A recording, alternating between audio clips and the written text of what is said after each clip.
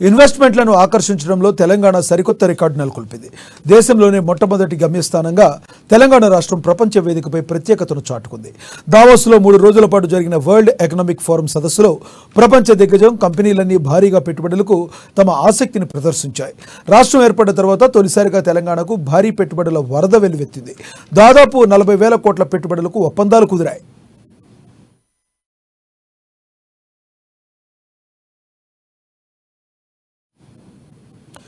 దావోస్లో జరిగిన WEF వేదికగా 2020లో 500 కోట్లు, 2022లో 4,200 కోట్లు, 2023లో 21,000 కోట్లు పెట్టుబడులు రాగా, కొత్త ప్రభుత్వం ఏర్పడ్డాక 2 నెలల వ్యవధిలోనే అంతకు రెట్టించిన పెట్టుబడులు దాదాపు 40,000 కోట్ల రూపాయలు రాష్ట్రానికి తరలివచ్చాయి.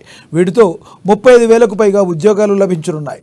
Tata group, Adani, Jindal, Godi India, Web Werks, Aragen life sciences, Godrej India surgical instrument group holdings, ఓవర్, క్యూసెంట్రియా, ఓనెన్ సొల్యూషన్స్ లాంటి దిగ్గజ కంపెనీలన్నీ తెలంగాణలో వివిధ రంగాల్లో తమ ప్రాజెక్టుల స్థాపన, విస్తరణకు ముందుకొచ్చాయి.